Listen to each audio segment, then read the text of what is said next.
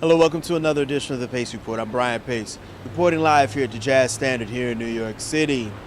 A little over 6 years ago, I interviewed and profiled a young gentleman who was getting ready to make a very important mark in the jazz scene, both here and abroad. Pianist and composer Christian Sands continues to play and accompany the great Christian McBride, but he also has become a successful leader and a great pianist in his own right. In fact, his latest album, Reach, which was on Mack Avenue Records, really showcases and profiles the growth that this gentleman has become as both a composer as well as band leader.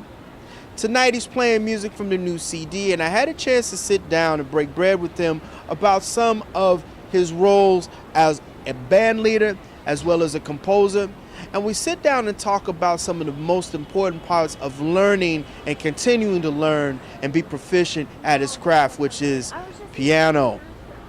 So sit back, relax, and enjoy the sounds of Mr. Christian Sands performing music from his current Mack Avenue Records release, Reach, here at the Jazz Standard as part of the Pace Report here in New York City.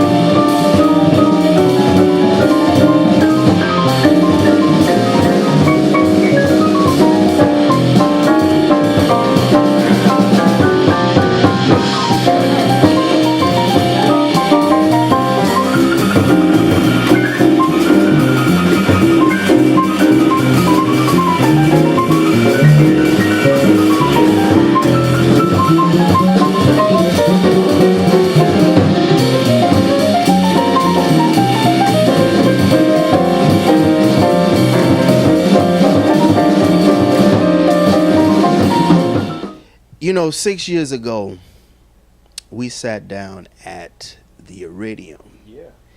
And I introduced you to a whole legion of fans out here. And 6 years later, we have Reach. I want to ask you right now where you are as a pianist, a composer, and as a band leader. That's a tough question because you're constantly growing. Where I am today is not necessarily where I'm going to be tomorrow. And that's hopefully that's a goal. That's a personal goal of mine. But today, I mean, I'm a composer. I'm still learning. I'm still studying. You never stop learning. You never stop studying. I'm listening to a whole bunch of different things, and I'm trying to just be the best I can be. At playing this instrument and playing this music. The segue from, because you still play with Christian, the segue from being the leader, because this album is really strong. I mean, there's a myriad of things that you're doing on this record. You go with the trio, and then you've got Brother Strickland on saxophone. Tell me about the concept of Reach. Well, the whole concept of Reach was really just to express myself and try to reach in different directions, places that I've already been and places that I want to go. So a lot of it is from music that I've written over the years, from being in college, like Pointing West, which is on Reach. I wrote that, I think it was my sophomore year of college, and I was studying with Jason Moran at that time, and I wrote that because where the school is, you overlook the West Side Highway. So that's what that was about, Or a song like, excuse me, a song like Song for the Rainbow People, that was about a reflection of what was going on in America and in the world with ISIS and also with Trayvon Martin. So it took a little while to kind of come up with a theme for that, but that's kind of what that was about. And it was about bringing people together and reminding people that we all need each other. Song of the Rainbow People meaning all colors, all different creeds, all different religions, all that kind of beliefs, and and it takes all these different things to form a rainbow, and it takes all these different things to form the earth and form humanity. So we need to remember that. So that's what that song's about. So a lot of it is about people. It's also about people. It's about people that I've met or people that I'm in contact with or people that I see day to day. It's all about my experience and also trying to reach others through my experience, and hopefully they have a similar experience so we can share something together. The thing that I peep out on this album, the closing track is Somewhere Out There. Yeah. You always, on your recordings, you tend to do a song that's geared towards something towards the youth, and that song I American Tell, Five of the Mouse. So I said, this is beautiful. Why'd you decide to close the album with that? Well, funny enough, actually, who came up with the idea was my mother. I wanted to do a ballad on the record. I was trying to figure out which one to do, and I was thinking, well, maybe Cole Porter, maybe Duke Ellington, or maybe something. And but I didn't want to do that, because that was kind of too obvious. And I was like, well, I don't really want to be too obvious with a beautiful standard ballad, because we can all do that, And so I was talking to my mom, and she was like, well, what about that song, Somewhere Out There from that Mouse movie? I was like the American Tale. She's like, yeah, American Tale, and the melody is beautiful. And so I looked it up, and I was trying to find a recording of American, like an instrumental one, and I couldn't find one. And so I was, well, maybe I should do it. Maybe I should be the one to do it, And so I recorded it, and I started playing it with Yasushi and Marcus Baylor, and then we just kind of fell in love with it, and just kind of took a life of its own, and then we decided to record it. Now on the album, you have Yasushi on bass, and you have Marcus Baylor on drums, and you have percussionists on here. Explain how we go from the trio to the quartet, because we have Marcus Strickland on here. Is there a different sound that you hear in your compositions and your playing with a trio versus a quartet? Well, yeah, with a trio, I mean, everything, the orchestra is in my fingers, everything is that. But when I get a chance to use other musicians as a part of that, I try to do that as much as possible. So with Marcus Strickland, for example, he added this. Well, first of all, I'm a fan of his anyway, from his projects to also working with him with Ben Williams and the Sound Effect group. And so we've been friends for a long time, and always been talking about music and everything. And so the one of the tunes that I wrote on the record Free Fall, I wanted him to do that because I love his tone and I love the way he plays with patience. And then he has these quick little jabs here and there, but he's always has this patience. And he has such a warm sound, too. I mean, he's got a tenor sound. A lot of people don't have a tenor sound. They have a sound, but he has a tenor saxophone sound, like a Ben Webster or like that kind of thing. So I wanted to write something. Well, that actually came from a dream as well. That's a whole different story. But who I thought of to embody that was Marcus right away. And then also he plays bass clarinet too, which actually added a whole different dimension to it, which was great too. So, from the trio is one thing because there's so many different ways to go, and then you put the saxophone in there, or you put Galad Hexum and the guitar in there, that's a whole different thing too. So I kind of want to explore different sounds that I love, and just try to just figure some things out on the way.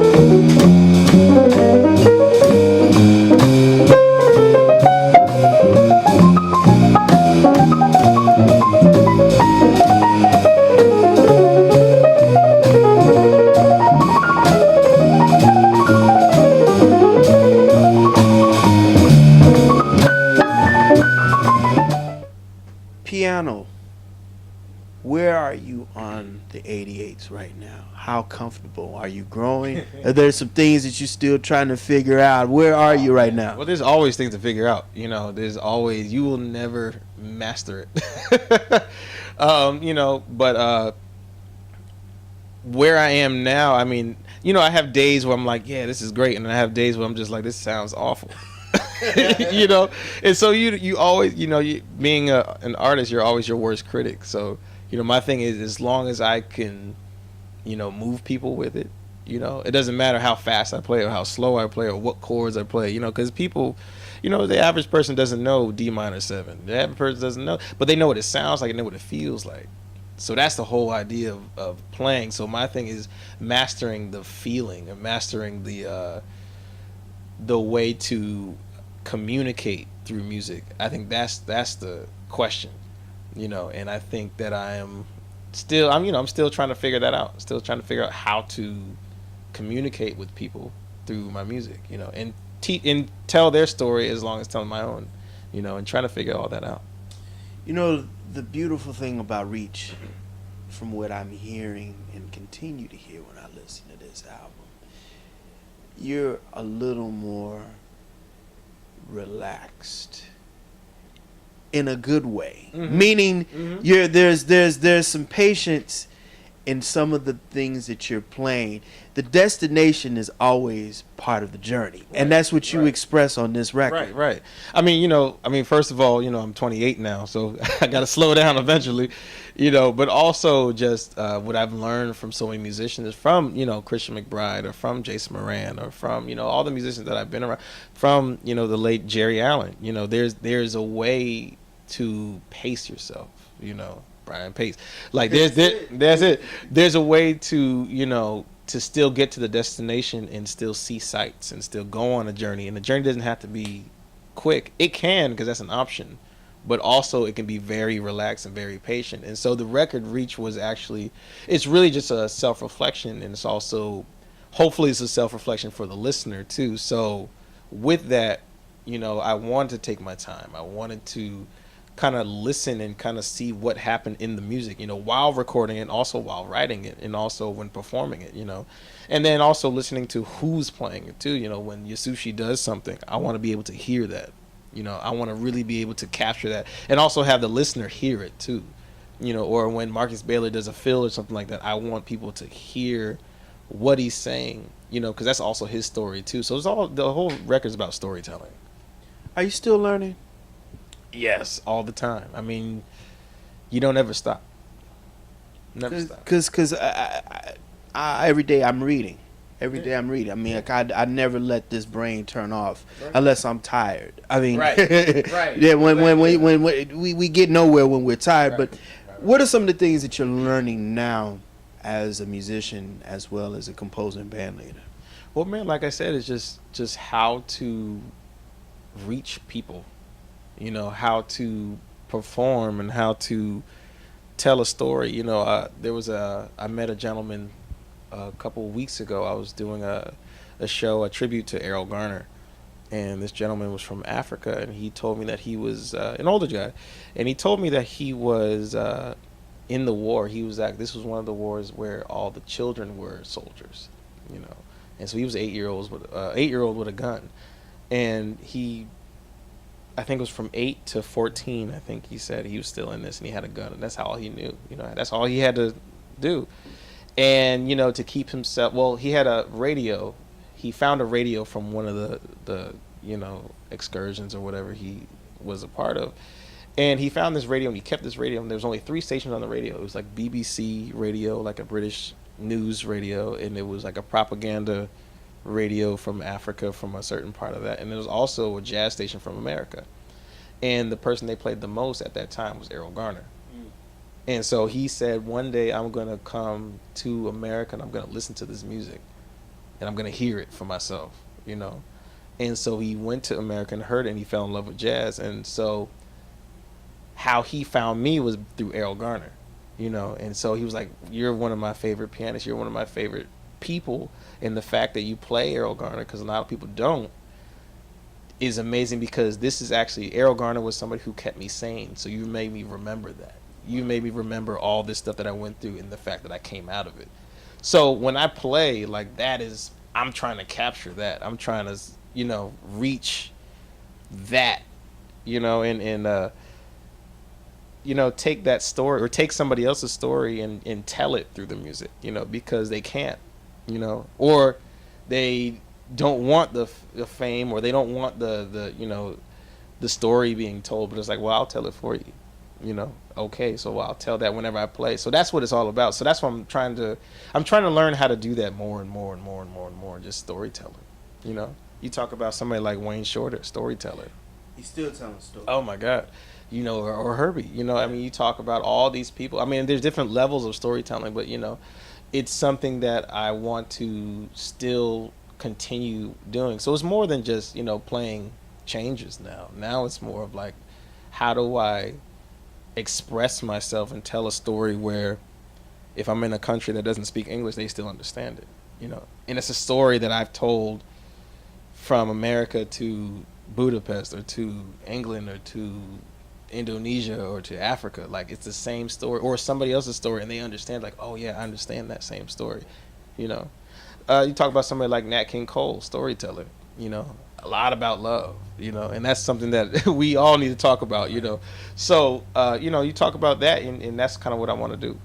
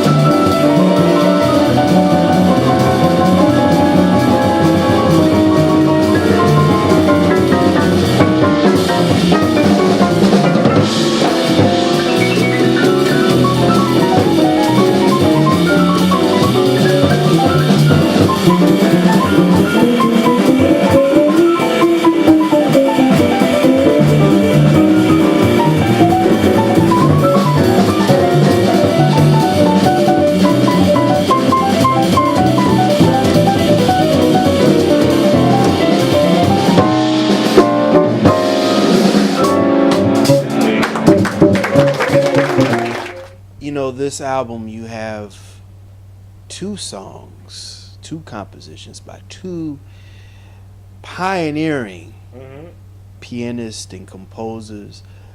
They're both diametrically miles apart from each other. The first one I want to break down is Bud Powell. You do Bud's song on this, right? No, it's a tune that I wrote for Bud. You did it right. These are all mine. The song that you wrote for Bud Powell.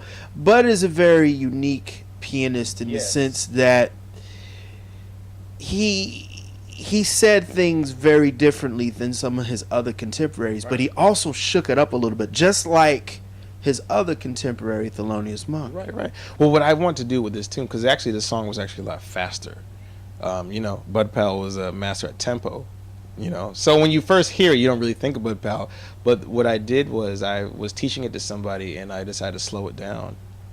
And I liked the way it sounded, so I kept it at that tempo, And also, in that, I have to say, in the Bud's tune, I also shed some light on Herbie Nichols as well, because that was another person. You talk about counterparts, you know, Herbie Nichols and Thelonious Monk and Elmo Hope and Bud Powell, like all those guys were, you know, doing something really interesting with the piano, but they all kind of had like different degrees of each other. And you the know, harmony, they heard harmony right, totally different. right. So you talk about Herbie Nichols, you know, Herbie Nichols heard harmony, but in a almost angular way like Thelonious Monk. But then he can play tempo and he can play lines like Bud Powell, you know. So you got right in the middle there, you know. And so Bud's tune is like a reflection of Bud Powell. It's like Bud Powell having a conversation with Herbie Nichols, and that's what that whole idea was about. And Chick Corea, you know, I mean, Chick. Now here's a sidebar, and I tell people when they're getting into Chick Corea, there's two things that they have to do: the compositions, and then you have to listen and play. Yeah. His compositions are miles away, and people are still interpreting what he's done and still doing. Right. But what he brought to jazz in the 60s, especially early 70s, was something that was very out there. Mm-hmm. Explain to people why Chick, and actually I have to say Herbie too, because they were neck and neck. They were neck and neck. Right. What was it about Chick that set him apart from his contemporaries in that time? Well, Chick was kind of coming from a place where, I mean, I'm still trying to figure it out too, you know, but for me, when I listen to him and I listen to his compositions, you know, it's coming from a classical place, but it's also coming from a Latin place, like a lot of Latin music, and it's coming from a different rhythm. You know, he's got these ways of playing and articulating rhythm, which is totally different from Herbie, you know. And in playing different harmonies. I saw them play together. I saw them do duo together, and it's amazing how they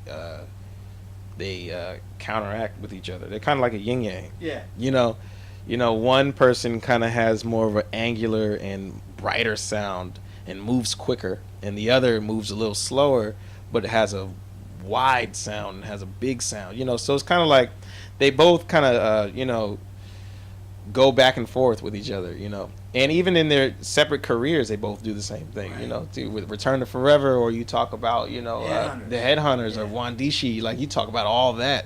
You know, they both have a similar path, like a parallel path, but they're taking it two different ways, you know. And so when you talk about Chick, I mean, you know, going back to Chick, talking about Chick, you got to listen to his compositions, because they're just they're slick. You know, I mean, that's the only way to describe it. They're really slick, man. They have these melodies that just kind of unfold and fold into each other and unfold, and then, you know, then the harmonies that kind of go along with it. Like, everything makes perfect sense, you know, but then at the same time, there's always surprises in it too. So, like, you can listen to the same thing. Like, I listen to Matrix all the time, and every time I listen to it, it's just something like, man, how's he doing that? Or how's he playing the piano? Like, how is he articulating that? How is he attacking the instrument? You know, because he's got such an array of it. Or like you listen to like the Vigil, you know, and you listen to how he's kind of playing these different things, or like the different, you know, keyboards, or when he's playing piano, like the different tunes that he's playing, like what did they reflect? You know, they all reflect his life, and they all reflect things that he's gone through, and also the writing that he's doing, you know, and the fact that he's trying to stretch and still grow and still reach for things. So, you know, Chick is amazing, absolutely amazing. You know, I want to hit back on the electric part too. Yeah. Because that, I believe, is more important in the 70s, because they both knew that the music was changing. The rock venues and the soul and the funk, they had to incorporate and keep their fans. Yeah. That was very hard to do, because the traditionalists were like, we got to get out of this. Right. But they kept moving, and they're still moving forward. Right. I mean, the thing about the whole electric, I mean, everybody was going electric. New technology was being made. So they were, you know, Chick and Herbie were probably, you know, I can't speak for them, but I'm sure they were, well, we might as well use it, you know, and use it how we want to use it, you know. And so when you think of Herbie on Fender Rhodes, or, you know, the DX7s, or the you know, the Moogs, or you listen to Chick and all that, you know, it's cool to hear how they've discovered the technology for themselves, because that's what you hear. You hear these engineers working at technology. You don't just hear musicians just playing keyboards. You hear somebody learning a whole new instrument, and then writing music for that. When you listen to Chick and you listen to how he uses Moogs and how he's playing along with these lines, especially from being a pianist, like you can't play keyboards the same way you play piano. Like you actually have to like change up your touch and change up, well, depending on which one you're using. But especially back then, you had to change a whole lot of stuff to make it sound cohesive and make it sound smooth, and and to listen to Chick or listen to Herbie do that, you really hear they had to take some time out to figure out how to do this, how to make all these synthesizer sounds. I mean, because back then it wasn't just push a button. You had to cables, and you had to learn. There's a book, and you had to actually learn how to do this. And so the fact that they've learned it, and each one had a different way of expressing how they learned it too. So when you listen to them, I mean, simultaneously you'll hear like, okay, they're the same instrument, sure, but how are they playing them? Like Chick is playing it totally different than Herbie is, And matter of fact, I mean, a lot of people were using that. Like I just found this Stevie Wonder. That was another one. Keith Emerson. Yep, I found this record of Oscar Peterson playing Rhodes, Fender Rhodes. Ooh. And you talk about articulation. I mean, it's the same kind of lines and stuff, but it sounds totally different, and you hear the chords differently. You hear how he plays differently. It's the same. It's still swinging though, of course. Right. But you hear how he had to kind of like, okay, well, let me tackle this a different way. Some things are a little different than what he does. On the record, he's taking a little bit more chances in playing outside of the changes in there, which he usually doesn't really do that much. So to hear that on Rhodes, I'm sure he heard the sound and was like, okay, well, this sound actually sounds really good with this instrument. So let's navigate through it like that. So, I think everyone that plays synthesizers, there's a way of expression that you can't really get on a piano, and vice versa. You can't get a piano essence on a synthesizer, so you have to treat them two different ways.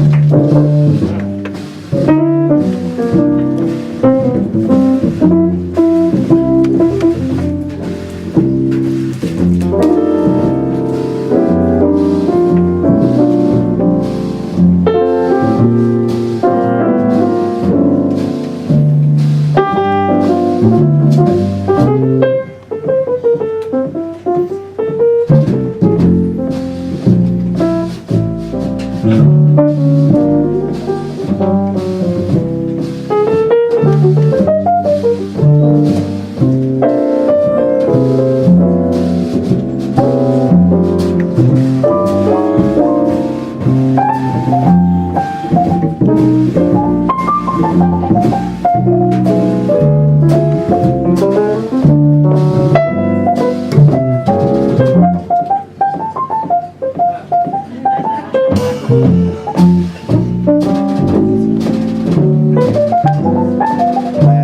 last time we broke bread, we talked about Dr. Billy Taylor, Yeah. who was a mentor and a very, very important part of your life. But I want to talk about two very important pianists that also you had an opportunity to learn, and you're still learning from them. And they're your friends, Vijay Iyer and Jason Moran. Now, I've interviewed Vijay on the Pace Report a couple of times. I gotta do one with Jason down the road. Yeah.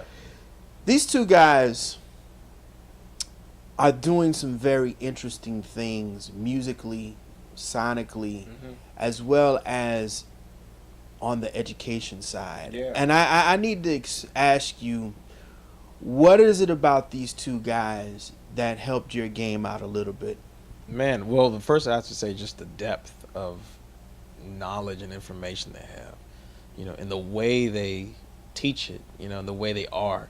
Vijay is a very analytical person, and his music reflects that, but he's also a lot of fun, and he likes to have a lot of fun with music. So he'll take things apart and put them together, and he'll just switch things around, and he'll write this for the drums, and then he'll take that same pattern and write it for all these other instruments here, and then he'll spread it out so it doesn't sound like it's a pattern, but it actually is. So he's really interesting the way he does it. And then Jason does that same thing, but in a more natural way, where it's just in the spot. It does the same thing, but just in real time. So every song will be different. Every song is just chance. It's kind of like when you think of like Jackson Pollock. You talk about chance art, like that's Jason. Jason's very much just, we'll see what happens today. And so learning from them both was really interesting, because it got me into deeper thinking, and it got me into deeper expression, but also got me into just simplicity, simply just taking things and stretching them out, but also just taking things at level one, at triads, at simple melodies, and how beautiful they can be, and then all the other stuff, all the the twists and turns, or the breaking of the time and all that, like that's also that too. But so there's a different dynamics of things that I've learned from them. Jason Moran and Robert Glasper, the thing I like about those two guys is that they took hip hop and they took jazz and made it where it's conversational, but it's also thought-provoking, as well as liberating. And that's something that's very, very hard in these times. Yeah. I mean, when you talk about Robert, or you talk about Jason, or you talk about Vijay, they all have this music that they've learned, and they come from the tradition, very much from the tradition. I mean, you talk about their teachers, you talk about, Jason Moran studying with Jackie Bayard or Andrew Hill, so they come from this rich source, of history. Robert Glasper playing with Terrence Blanchard, playing with Christian McBride, playing with Carmen Lundy.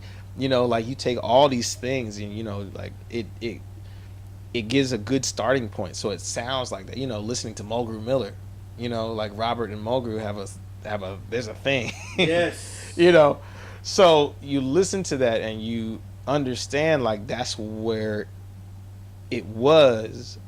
And it still continues to be, but there also is this other stuff that we've experienced too. We've experienced Planet Rock. We've experienced Jay Dilla. Like we've experienced like all these things, Donuts. Like we've experienced all of this really hip stuff. Vijay Iyer. We've experienced Tribe Called Quest. We've experienced, along with Thelonious Monk, along with Bud Powell, along with Herbie Nichols and Andrew Hill, along with Paul Bley, along with like all these different thinkers, and so the fact that Robert and Jason and Vijay, Ethan Iverson, like they all kind of come from this place where they've taken what we do today and just reflect that, and that's what jazz should do. It should reflect what you're going through today, because it's always, we talk about storytelling. Jazz is always a story that is told. It tells the story of people. You take Coleman Hawkins. You take Anybody. You take Freddie Hubbard. You take George Cables. You take you know anybody, any musician that you love the records of. Find out like, okay, well, what was going on during that time? You take Herbie Hancock riot. What was happening with that? The assassination of Dr. King. Like that reflects all of that. Like you talk about all these different things. And it reflects what's going on in the time. So Robert right now reflects what's happening in today's world. Reflects the hip hop, reflects all the different artists that we have, reflects the fact that we're all so connected, through YouTubes, through just social media. He's bridged that gap between things that are old and things that are new.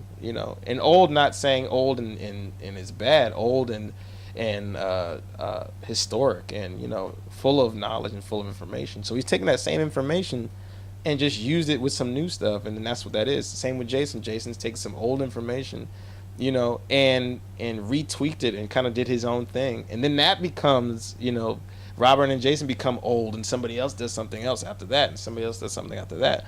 So they're giving us the foundations to build upon, which is amazing, and which is all of us out here are so thankful for that, because they give us tools, more tools than what we've had, and the whole idea is to keep it going and keep it continuing.